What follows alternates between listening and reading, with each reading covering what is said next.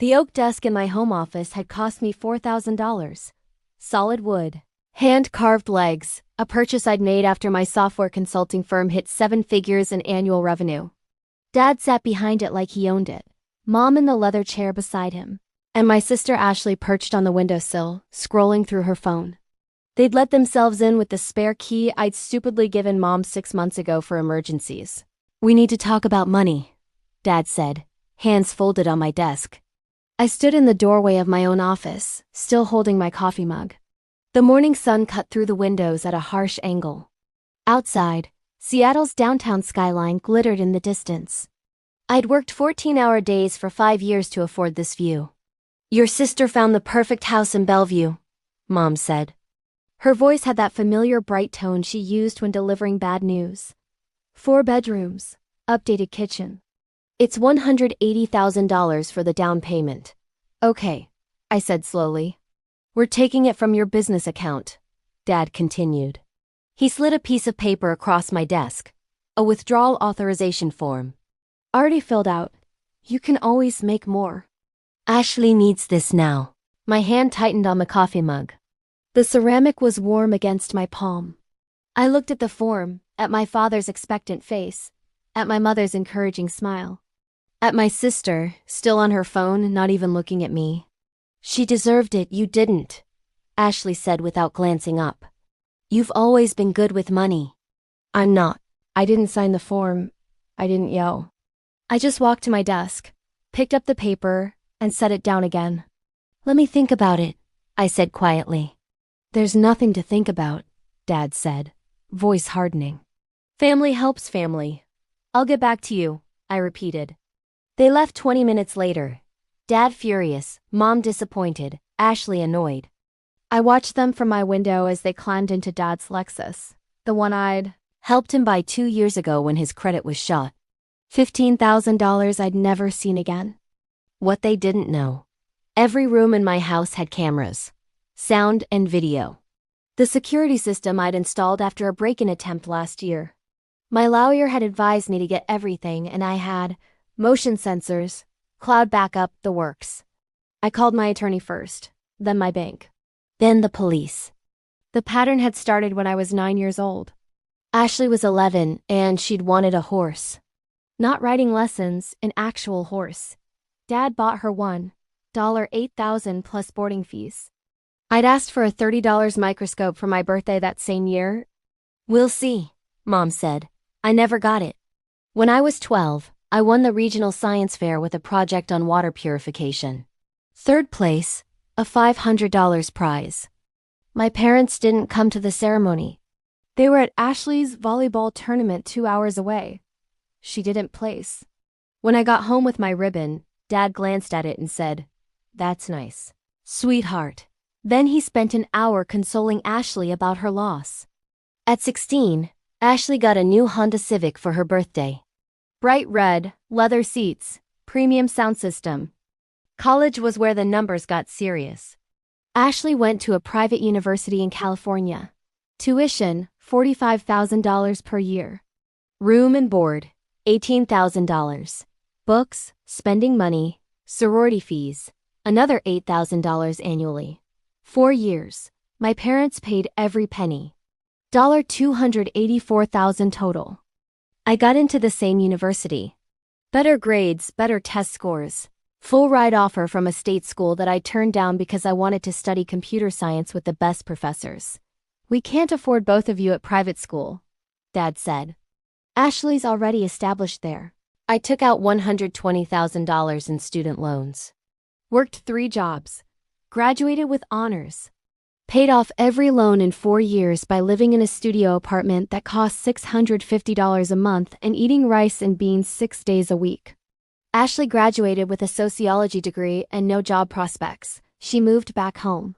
Stayed for 3 years rent-free while finding herself. My parents pay for her car insurance, her phone, her gym membership, her girls' trips to Vegas. I was building my consulting business in a different city by then, sleeping 4 hours a night, taking every client I could find. When I visited for holidays, Ashley would complain about how hard it was to find work. Mom would nod sympathetically and make her favorite meals. Dad would slip her hundreds for expenses. The requests started coming when my business took off. Just $5,000 for Dad's car repair, then $10,000 for Mom's dental work, then $15,000 for Ashley's credit card debt. "You're doing so well," they'd say. "You can afford it." I kept a spreadsheet. Every dollar I'd given them over 5 years, $87,000, not one payment back. Not even a thank you after the first few times. And now they wanted $180,000 for Ashley's house down payment. My lawyer's name was Patricia Chen, a woman in her 60s who'd built her practice defending small business owners.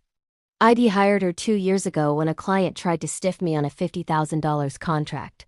She'd gotten me paid in full plus penalties. They committed fraud, Patricia said after reviewing the security footage. We sat in her office downtown, rain streaking the windows. "They attempted to forge your signature on a withdrawal authorization. That's a felony in Washington state. They're my parents," I said. "They're criminals who happen to be related to you." She folded her hands on her desk. "This isn't the first time they've taken advantage, is it?" Isn't the first time." I told her about the $87,000, about the loans I'd paid back alone, about Ashley's $284,000 education versus my debt. Patricia leaned back in her chair. "Here's what's going to happen. You're going to press charges. The police will arrest them for attempted fraud and theft by deception. The prosecutor will likely offer a plea deal. Your family will be angry. But you'll be protected." "I just want them to stop," I said. "Then stop them." She slid a card across her desk. "Detective Sarah Morrison, Financial Crimes Division. Call her, show her the footage. Let the law work." I called from her office. Detective Morrison arrived at my house that afternoon with a younger officer named Banks. I showed them the security footage from that morning. "Clear intent," Morrison said, making notes. "Do you have the withdrawal authorization form?" I handed it over. They bagged it as evidence. "We'll need you to come to the station to give a formal statement," Morrison continued. "Then we'll obtain warrants. This is financial exploitation, attempted fraud, and potentially elder abuse depending on how aggressive they were." "Elder abuse?" "They're not elderly. You'd be surprised what qualifies." Morrison's face was kind but firm. "Mr. Chen, people who do this once will do it again. And next time you might not catch them before they actually drain the account." She was right. I knew she was right. I gave my statement that evening. Signed the complaint. Authorized the criminal investigation. The police arrested my parents 3 days later at their home in Tacoma. Ashley was arrested separately at her apartment. All 3 were charged with conspiracy to commit wire fraud and attempted theft in the first degree. My phone started ringing within an hour. I didn't answer. 107 missed calls over 3 days. 42 voicemails. The group chat exploded with messages from aunts, uncles, cousins I hadn't spoken to in years. "How could you do this to your own parents? Family doesn't press charges against family. You're destroying them over money?" I blocked the group chat. Blocked most of the numbers. Kept my phone on silent. Patricia called on day 4. "The prosecutor's offering a deal. 3 years probation, restitution of legal fees, and a no-contact order. They'll plead guilty to attempted theft in the 3rd degree, misdemeanor. What if they don't take it? Trial. Felony convictions. Possible jail time." She paused. "Your call, but the deal is fair. It protects you and keeps them out of prison. Tell them to take it," I said. They took the deal. The judgment came through 6 weeks later. 3 years supervised probation for all 3. $25,000 in restitution split between them to cover my legal fees. And a court order. No contact with me for the duration of their probation unless I initiated it. The consequences cascaded faster than I'd anticipated. Dad's employer found out about the conviction. He was fired within a week, something about a morality clause in his contract. He'd been a regional sales manager for a pharmaceutical company, making $140,000 a year. Gone. Mom had to quit her part-time job at a boutique when the owner learned about the arrest from a local news article. Small community. Everyone talked. Ashley's fiancé called off their engagement. Apparently, convicted of fraud wasn't the look he wanted for his family. She moved back in with my parents. Again, their house in Tacoma went up for sale 3 months after the conviction. They couldn't afford the mortgage on Dad's unemployment and Mom's severance. I saw the listing online. $475,000. Described as motivated sellers. My cousin Jessica, the only family member who hadn't blocked me, sent me updates I didn't ask for. They're moving to an apartment. 2 bedrooms. Your dad's working at Home Depot now. Your mom's doing data entry from home. I didn't respond. I didn't feel guilty. I felt light. 6 months after the arrests, my business landed a contract with a Fortune 500 tech company. $500,000 over 2 years to overhaul their internal security systems. The CEO specifically mentioned my integrity and attention to detail during the contract signing. "We need people who take security seriously," she said, shaking my hand.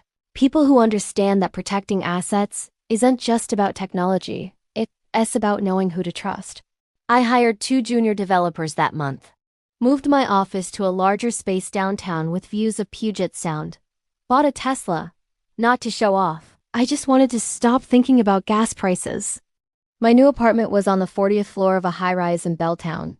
Floor-to-ceiling windows, marble counters, a balcony that overlooked Elliott Bay. $6,200 a month. I could afford it easily now. I met someone too. Her name was Rachel, a senior analyst at Amazon. We met at a professional networking event, started talking about encryption protocols, and ended up getting coffee that turned into dinner that turned into 3 more dates that week. "Your family sounds complicated," she said one evening on my balcony. The sun was setting over the Olympics, painting the sky orange and pink. "They're not my family anymore," I said. "I have people who actually care about me now." She squeezed my hand. "Good. The 1-year anniversary of the arrests came and went." I didn't mark it. Didn't think about it until Jessica sent another unsolicited update. Ashley's bankruptcy went through. She lost her car. Your parents sold their furniture to make rent. Your mom asked me to ask you if you'd consider talking to them. I blocked Jessica's number. My business crossed $2 million in annual revenue that quarter. I hired a financial advisor, set up a retirement account that would be untouchable by anyone but me, and created a trust for future investments. Patricia helped with the paperwork. "You've built something remarkable," she said during one of our meetings. "Most people who experience what you did let it destroy them. You let it fuel you." "I just stopped waiting for permission to succeed," I said. "That's the secret," she smiled. "Nobody can give you permission to be yourself." Year 2 brought more growth. 3 more employees. A second office in Portland. Speaking invitations at security conferences. A profile in a tech magazine about young entrepreneurs disrupting the cybersecurity space. The article mentioned my background briefly. Self-funded education, overcame significant personal challenges, built a 7-figure business before age 30. My parents somehow found the article. The voicemails started again, routed through new numbers I hadn't blocked yet. "We're so proud of you, sweetheart. Please call us back. Your father's health isn't good. He'd really like to hear from you. This has gone on long enough. Family forgives. We're sorry. I saved them all, just in case I ever needed evidence that they hadn't changed. But I never listened past the first few seconds. Patricia advised me to document everything, but not respond. They're testing boundaries," she said. "Hoping you'll forget." Don't. I didn't. By year 3, I'd stopped thinking about them most days. My life was full busy with work, traveling with Rachel, mentoring young developers through a program I'd started at a local community college. One of my mentees, a 19-year-old named Marcus from a rough background in South Seattle, reminded me why I'd started the program. "Nobody ever believed I could do this," he told me after landing his first junior developer job. "You showed me I could. That felt better than any revenge ever could." The probation period ended quietly. No notification, no ceremony.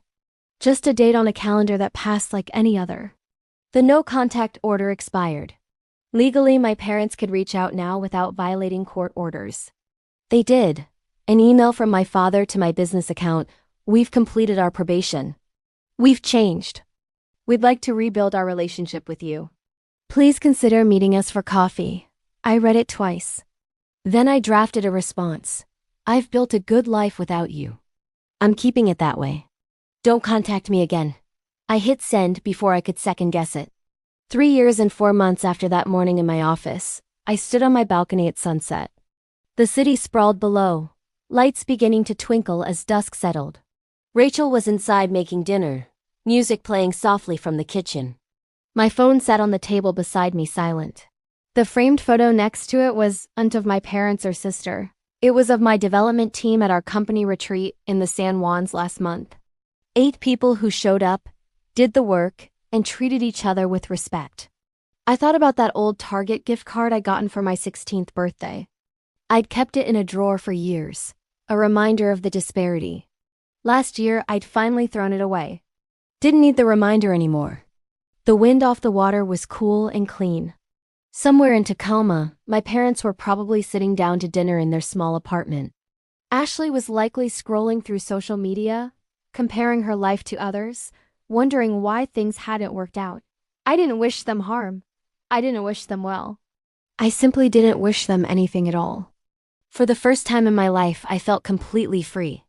If you've ever been the family member expected to give everything while receiving, nothing, the one who had to fight for every achievement while watching opportunities handed to others, the one who finally drew the line and said, enough. You're not alone. You're not selfish, you're not the villain. You're the one who chose yourself. And that's not betrayal, that's survival. Share your story. Subscribe for more. And remember, you don't need anyone's permission to.